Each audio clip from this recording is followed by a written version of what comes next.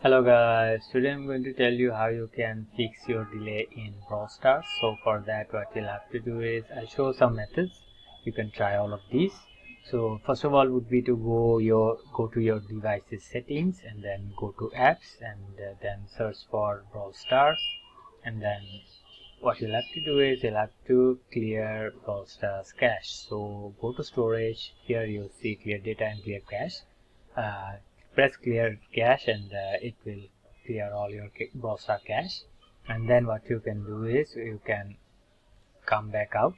You can also do this for stop here as well. It will reset or restart your Brawl Stars application. After that what you can try to do is you can close all your background apps.